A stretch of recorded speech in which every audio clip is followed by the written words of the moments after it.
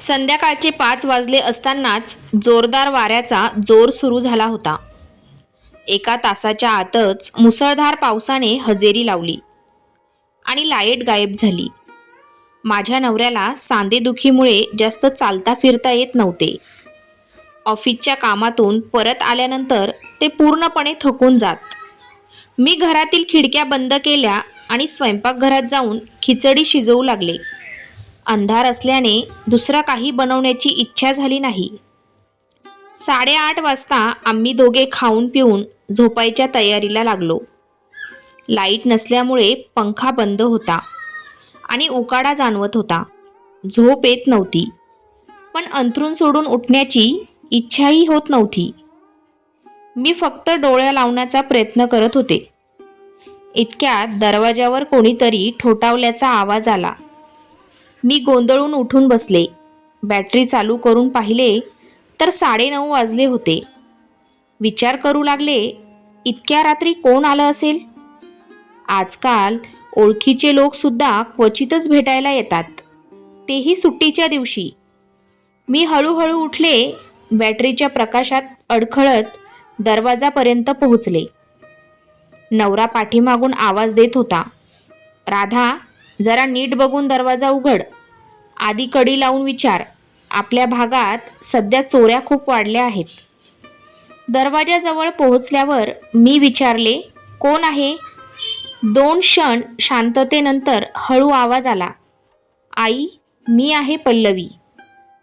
पल्लवी माझी सून, माझ्या एकुलत्या एक मुलाची, प्रणवची बायको, आणि माझी जिवलग मैत्रीण नेहाची मुलगी. 1 वर्षापूर्वीच मी पल्लवी आणि प्रणवचं लग्न खूप प्रेमाने आणि आनंदाने लावून दिलं होतं. मी हडबडून दरवाजा उघडला. पावसात पूर्ण भिजलेली पल्लवी एका हातात सुटकेस आणि खांद्याला बॅग अडकून उभी होती. मी घाबरत विचारलं, पल्लवी, एवढ्या रात्री? प्रणव पण आला आहे का? ती शांतपणे मान हलवत म्हणाली, नाही, आणि आत आली. माझं काळीज धडधडू लागलं. मी घाबरून विचारलं, सगळं ठीक आहे ना? ती फक्त हो म्हणून उत्तरली. मी पुन्हा विचारलं, मग प्रणव कुठे आहे? म्हणजे तो का नाही आला? ती शांत स्वरात म्हणाली, तो पुण्याला गेला आहे. मी चकित होऊन विचारलं, पुण्याला? कोणाला भेटायला? ऑफिसच्या कामासाठी का? ती अगदी शांतपणे म्हणाली, नीलमला भेटायला. ती एवढं बोलली आणि माझ्या मनात अनेक विचारांचं वादळ उठलं. तिच्या शांत आवाजाने मात्र मला असं वाटलं जणू कोणीतरी माझ्या छातीत बर्फाची सुरी खुपसली आहे. मी आश्चर्याने ओरडले, नीलम? त्या क्षणी लाईट आली.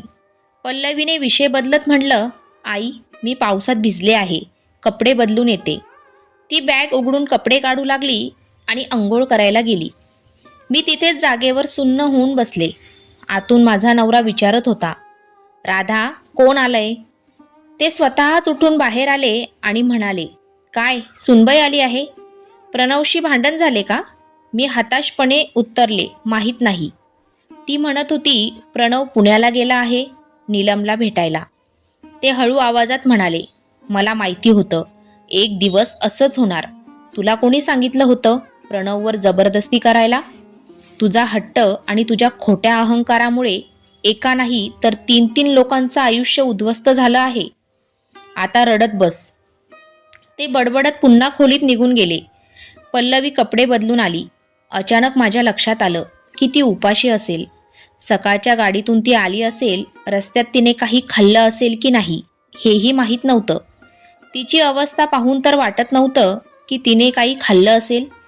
मी पटकन फ्रीजमधून उकडलेले बटाटे काढले, तळून त्यावर मसाला भुरभुरला आणि गरम चपातीसोबत तिच्यासमोर ठेवलं.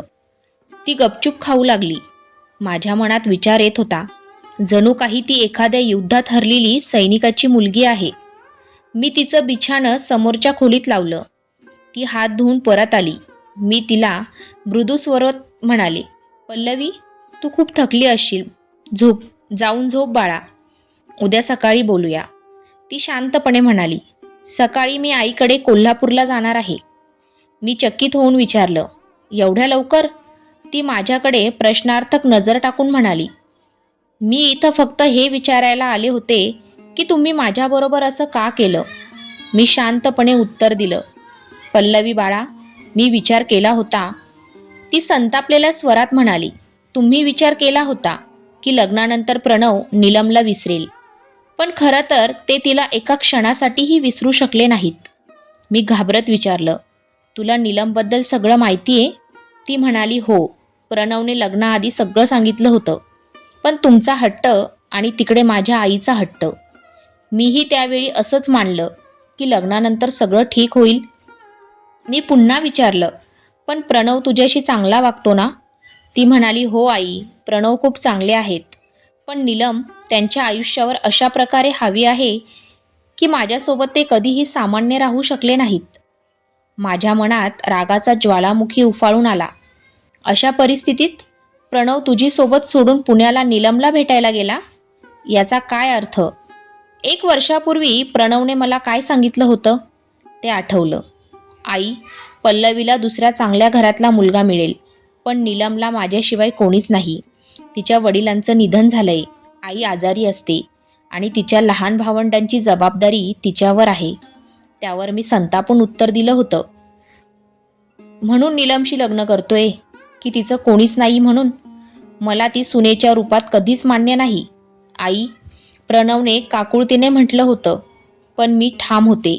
हे बघ प्रणव, तुझं लग्न पल्लवीशीच होईल. मी माझ्या लहानपणीच्या मैत्रिणीला नेहाला वचन दिलंय. लग्न म्हणजे केवळ प्रेम नाही, तर घरदार स्थैर्यही महत्त्वाचं असतं. पल्लवीच्या वडिलांचे 2 कारखाने आहेत, एक हॉटेल आहे. तुझं स्वतःचं कारखाना उघडण्याचं स्वप्नही पूर्ण होईल. प्रणवने विरोध केला होता. आई, मला दुसऱ्याच्या पैशांनी नाही, स्वतःच्या कष्टाने माझं स्वप्न पूर्ण करायचं आहे. आणि लग्नासाठी इतकी घाई का? 3 वर्षापूर्वीच मी इंजिनियर झालोय. पण मी ठाम होते. प्रणव, जर तू हट्ट केला तर मी माझं बरं वाईट करून घेईल. मैत्रिणीसमोर अपमान होण्यापेक्षा मेलेलं बरं. मग मी खरंच उपोषण सुरू केलं. शेवटी माझ्या हट्टापुढे प्रणवला हार मानावी लागली. त्यांनी होकार दिल्यावर मी आनंदाने लग्नाच्या तयारीला लागले. पल्लवीसाठी साड्या मी माझ्या आवडीनुसार घेतल्या होत्या. नवीन डिझाईनचे दागिने बनवले. माझे सगळे दूरचे नातेवाईक 1 आठवड्याआधीच आले होते. पण प्रणवला या बाबतीत काहीही घेणं देणं नव्हतं. तो लग्नाच्या आदल्या दिवशीच घरी आला. वराड दुसऱ्या दिवशी निघणार होतं. त्या रात्री तो मला म्हणाला, आई, तुझा हट्ट आणि अहंकारामुळे माझं आयुष्य उद्ध्वस्त होणार आहे. पण जर तू ठरवलं तर अजूनही सगळं सुधारू शकतं. फक्त एकदा नीलमला भेट. जर मी नीलमशी लग्न केलं नाही तर ना मी खुश राहील, ना पल्लवी, ना नीलम. तुझ्या ममतेचा एवढा भयंकर मोबदला तू मागू नकोस आई. मी रागाने उफाळून उठले. तुला तुझ्या मर्जीने जगायचं असेल तर जिथे हवं तिथे लग्न कर. पण लक्षात ठेव, ज्या क्षणी तू या कलक्षणीशी लग्न करशील त्या क्षणी माझ्यासाठी तू मेला. मी स्वयंपाकघरात जाऊन तेलाचा कॅन आणला आणि प्रलाप करत म्हणाले, हे बघ प्रणव, मीच तुझ्या रस्त्यातून बाजूला होते. प्रणवने मला थांबवलं. तो अक्षरशः रडत होता, पण त्याच्या डोळ्यातील पाणी पाहूनही मी मऊ पडले नाही. दुसऱ्या दिवशी प्रणव सोडून सगळे आनंदाने नाचत गात होते. प्रणव आणि पल्लवीचं लग्न झाल्यावर मला वाटलं होतं की ते दोघे कुठेतरी फिरायला जातील, पण प्रणवने नकार दिला. 2 दिवसानंतर तो पुन्हा हैदराबादला गेला. मी मात्र पल्लवीसोबत तिच्या नव्या संसाराची तयारी करण्यासाठी तिच्या घरी गेले. आम्ही दोघींनी मन लावून घर सजवलं. 1 आठवड्यानंतर जेव्हा मी घरी परतले तेव्हा मन प्रफुल्लित झालं होतं. जणू वर्षानुवर्ष पाहिलेलं स्वप्न पूर्ण झालं. माझ्या बाहुला-बाहुलीचं लग्न झालं होतं. पण तेव्हा मला जाणवलं नाही की जिवंत माणसं बाहुल्यासारखी नसतात. जर त्यावेळी हे समजलं असतं तर आज पल्लवीने मध्यरात्री एकटी येऊन मला असा प्रश्न विचारला नसता. पल्लवी, तू उद्या कोल्हापूरला जाणार नाहीस, आपण पुण्याला जाणार आहोत, मी ठाम आवाजात म्हटलं. आई, त्यामुळे काय साध्य होणार आहे? हे बघ पल्लवी, प्रणव तुझा नवरा आहे. आता त्याने तेच करायला हवं जे तुला हवं आहे. लग्नापूर्वी तो काय करत होता त्याचं मला काही घेणं देणं नाही. पण आता आई, तुम्ही त्या दोघांचं लग्न का नाही केलं? मला यात ओढलं नसतं तर तो कधीच प्रतिवाद केला नसता. ती मुलगी प्रणवच्या लायकीची नाही, मी कोरड्या आवाजात उत्तर दिलं. का नाही आई? ती सुशिक्षित आहे, शिकलेली आहे, फक्त ती श्रीमंत घरातली नाही. म्हणून तुम्ही तिचा स्वीकार केला नाही का? तिच्या या बोलण्याने माझ्या मनाला खोल जखम झाली. पल्लवी, तुला कल्पना नाहीये तू काय बोलत आहेस. मी आणि नेहाने खूप आधीपासून तुझं आणि प्रणवचं लग्न ठरवलं होतं. लग्न ठरवताना घरानंही महत्त्वाचं असतं. आई, जर मला माहिती असतं की तुम्ही प्रणववर जबरदस्ती केली होती तर मी कधीच या लग्नासाठी तयार झाले नसते. मला परदेशात फॅशन डिझाईन शिकायचं होतं. तुमच्यामुळे प्रणवही दुःखी झाला आणि मीही. तुम्ही असं का केलं? पल्लवी हंबरडा फोडून रडू लागली. पल्लवी बाळा, रडू नकोस, मी तुला वचन देते, तुझ्या नवऱ्याला तुला परत आणून देईल. पण तिचे हुंदके थांबायचं नावच घेत नव्हते. कदाचित तिला माझ्यावर आता विश्वास उरला नसावा. आम्ही दोघे पुण्याला निघालो. प्रवासाने थकून गेलेलो होतो, पण मनात असंख्य विचारांचे वादळ चालू होते. मला माहीत होतं की नीलम भारत कॉम्प्लेक्समध्ये काम करते. प्रणवने कधीतरी सांगितलं होतं. ते दोघं पुण्यातल्या एका इंजिनिअरिंग कॉलेजमध्ये एकत्र शिकले होते. सुट्टीला घरी आल्यावर प्रणव नेहमी तिच्याविषयी बोलायचा, पण मी तिला कधी भेटण्याचा विचारही केला नव्हता. उलट मनात भीती होती की ती माझ्या प्रणवला माझ्यापासून दूर नेईल. स्टेशनवरच्या विश्रामगृहात थोडं ताजंतवान झालो आणि रिक्षाने भारत कॉम्प्लेक्सकडे निघालो. तिथे पोहोचल्यावर समजलं की नीलम काही दिवसांपासून ऑफिसला आलीच नाही. शेवटी ऑफिसमधल्या एका शिपायाकडून तिच्या घरचा पत्ता मिळवला. पल्लवी रस्ताभर शांत होती. असं वाटत होतं की ती या नाटकातील पात्र नसून एखादी निरीक्षक आहे. नीलमच्या घरासमोर रिक्षा थांबली. पल्लवी म्हणाली, आई, तुम्ही आत जा, मी इथेच वरांड्यात थांबते. मी दरवाजाची बेल वाजवली. 15-16 वर्षाची एक मुलगी दरवाजा उघडून उभी राहिली. मी थेट विचारलं, प्रणव आहे का? ती एक क्षण गोंधळली, पण स्वतःला सावरत म्हणाली, ते ताईंबरोबर हॉस्पिटलला गेले आहेत, तुम्ही आत या ना. तिच्या आवाजातली नम्रता इतकी सहज होती की मी आत जाऊन बसले. घर साधं पण टापटीप होतं. ती पाणी घेऊन आली आणि म्हणाली, मी नीलमताईची लहान बहीण वीरा आहे. मी माझी ओळख सांगण्याऐवजी पुन्हा विचारलं, प्रणव इथे कधीपासून आहे? ते 2 दिवसांपूर्वी आलेत, आई हॉस्पिटलमध्ये ॲडमिट झाल्यापासून. तिचा आवाज जड झाला होता. मग थोड्या वेळाने ती म्हणाली, तुम्ही प्रणवची आई आहात ना? त्यांनी तुमचा फोटो दाखवला होता. मी शांत स्वरात विचारलं, घरी अजून कोण कोण आहे? ताई, मी, छोटा भाऊ आणि आई, वीरा म्हणाली. तिच्या लहान भावाचा उल्लेख ऐकून वाटलं की तो शाळेत जात असावा. मी उठू लागले तर वीरा म्हणाली, तुम्ही थांबा, मी चहा बनवते आणि प्रणवला बोलावून आणते. हॉस्पिटल इथून फार दूर नाही. मी म्हणाले, बाहेर माझी सून बसली आहे, तिलाही आत घेऊन ये. मला आता पल्लवीची आठवण झाली. वीरा बाहेर गेली. पल्लवीला पाहून वाटत होतं की ती फारच अस्वस्थ होती. वीरा चहा आणि नाश्ता घेऊन आली. पल्लवीने हळू आवाजात सांगायला सुरुवात केली, आई, आपण परत जाऊया. प्रणवला वाईट वाटेल. वाईट वाटेल? मी त्याची आई आहे आणि तू त्याची बायको. वाईट वाटायचं असेल तर त्याला वाटायला हवं, आपल्याला नाही, मी रागाने म्हणाले. वीरा तयार होऊन आली आणि म्हणाली, तुम्ही इथेच बसा, मी प्रणवला घेऊन येते. नाही, आम्हीही येणार, मी ठाम स्वरात सांगितलं. हॉस्पिटलमध्ये पोहोचल्यावर वीरा मोठ्या पावलांनी चालू लागली. कॅन्सरच्या रुग्णांसाठी असलेल्या बोर्डवर नावाचं फलक होतं. वीरा संकोच न करता आत गेली. काही मिनिटातच प्रणव जवळपास धावतच बाहेर आला. आई, तू इथे? प्रणव आश्चर्याने म्हणाला. माझ्या मागे असलेल्या पल्लवीला त्याने कदाचित पाहिले नव्हते, पण माझ्या नजरा मात्र त्याच्या पाठीमागे असलेल्या मुलीवर गेल्या. सडपातळ, खांद्यापर्यंत केस, सावळी त्वचा आणि सुसंस्कृत नयन नक्ष. हीच नीलम होती हे मला लगेच कळलं. प्रणव काही बोलणार तोवरच मी भडकले. तुला माहिती तरी आहे का?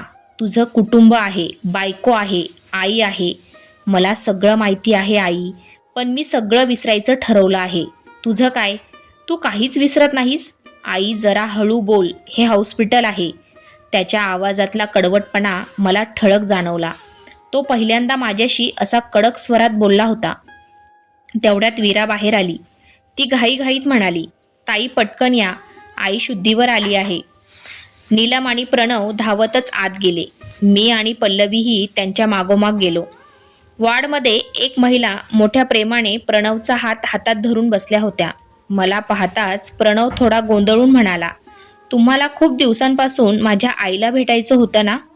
बघा, मी तुम्हाला भेटायला आली आहे. मला पाहतच त्या महिलेच्या डोळ्यातून अश्रू वाहू लागले. त्यात थरथरत आवाजात म्हणाल्या, ताई, मला मरायच्या आधी तुमच्याशी एकदा भेटायचं होतं. तुमचा मुलगा प्रणव माझ्यासाठी देवदूत आहे. माहीत नाही नीलमने असं कोणतं पुण्य केलं असेल की तिला प्रणवसारखा साथीदार मिळाला. त्यांचा आवाज अश्रूंमुळे स्पष्ट ऐकू येत नव्हता. मी निश्चिल उभी होते. इतक्यात त्यांचे लक्ष पल्लवीकडे गेलं. ही कोण आहे बाळा? प्रणव पटकन म्हणाला, माझी मावस बहीण आहे. आई बरोबर आली आहे. हे ऐकून पल्लवीच्या चेहऱ्यावर वेदनेची छटा उमटली. ती एका झटक्यात खोलीतून बाहेर निघाली. मीही तिच्या मागे आले. वाडच्या बाहेर खुर्चीवर बसून ती हुंदके देत रडू लागली. माझी लाडकी सून रडत होती आणि मला प्रणववर प्रचंड राग येत होता. 2 लायकीच्या त्या बाईसमोर प्रणवने पल्लवीचा अपमान केला. त्याची ही हिंमत! मी स्वतःशी संतापले. प्रणव वाडमधून बाहेर आला आणि माझ्याजवळ न येता थेट पल्लवीजवळ गेला. रडक्या स्वरात तो म्हणाला, पल्लवी, मला माफ कर. मी तुझा अपमान करण्यासाठी तसं म्हटलो नाही. त्या क्षणी मला काही सुचलं नाही. खरं तर नीलमच्या आईला माझ्या लग्नाबद्दल माहिती नाही. त्यांच्या आयुष्यातील शेवटचा आनंद म्हणजे माझं आणि नीलमचं लग्न आहे. त्या सध्या कॅन्सरच्या शेवटच्या टप्प्यावर आहेत. मी त्यांना माझ्या लग्नाचं सत्य सांगून त्यांचा जीव धोक्यात घालू शकत नाही. तुला हे समजतंय ना? पल्लवीचे हुंदके हळूहळू थांबले. प्रणव पुढे बोलत राहिला, मला नीलमच्या आईकडून खूप प्रेम मिळाले. मी जेव्हा घरापासून दूर होतो तेव्हा त्यांनी मला घराची उणीव कधीच जाणू दिली नाही. मी आजारी पडलो की सगळं कुटुंब रात्रंदिवस माझी काळजी घ्यायचं. नीलमने कधीही माझ्यावर कोणत्याही प्रकारचं दडपण टाकलं नाही. माझं तुझ्याबरोबर लग्न झाल्यावरही तिने मला चुकीच्या नजरेनं पाहिलं नाही. या कुटुंबासाठी माझं काहीच कर्तव्य नाही का? जर आज मी त्यांना साथ दिली नाही तर मी स्वतःच्याच नजरेतून उतरून जाईल. प्रणवच्या या भावनिक संवादाने पल्लवीच्या चेहऱ्यावरची तणावाची छटा हळूहळू हलकी होत गेली. पल्लवी, मला तुझ्यावर राग नाही, तो शांतपणे म्हणाला. मी तर तुला सांगितलं होतं 4-5 दिवसात परत येईल. मग तू वाट का नाही पाहिलीस? पल्लवी रडायचं थांबून गंभीर स्वरात म्हणाली. प्रणव, मला माफ कर. मी तुम्हाला चुकीचं समजलं. खरं तर लग्नाच्या आधी जेव्हा आपण भेटलो होतो तेव्हा तुम्ही नीलमबद्दल सांगितलं होतं. त्यावेळी मला समजायला हवं होतं की मी तुम्हा दोघांमध्ये येत आहे. तुमची गरज माझ्यापेक्षा नीलमला आणि तिच्या कुटुंबाला आहे. तुम्हाला हवं असेल तर तुम्ही अजूनही तुमची चूक सुधारू शकता. मी तुम्हाला या नात्यातून मुक्त करत आहे. मी परत जाईन आणि माझं फॅशन डिझायनर होण्याचं स्वप्न पूर्ण करीन. हे सगळं ऐकून मी आश्चर्यचकित झाले. माझ्या मनात एकच विचार होता की माझं अस्तित्वच राहिलं नाही. बाहुला आणि बाहुली एकमेकांच्या भाषेत बोलू लागले होते. पल्लवी, एवढ्या लवकर कोणताही निर्णय घेऊ नकोस. लग्न भातुकलीचा खेळ नाही, प्रणव कठोर शब्दात म्हणाला.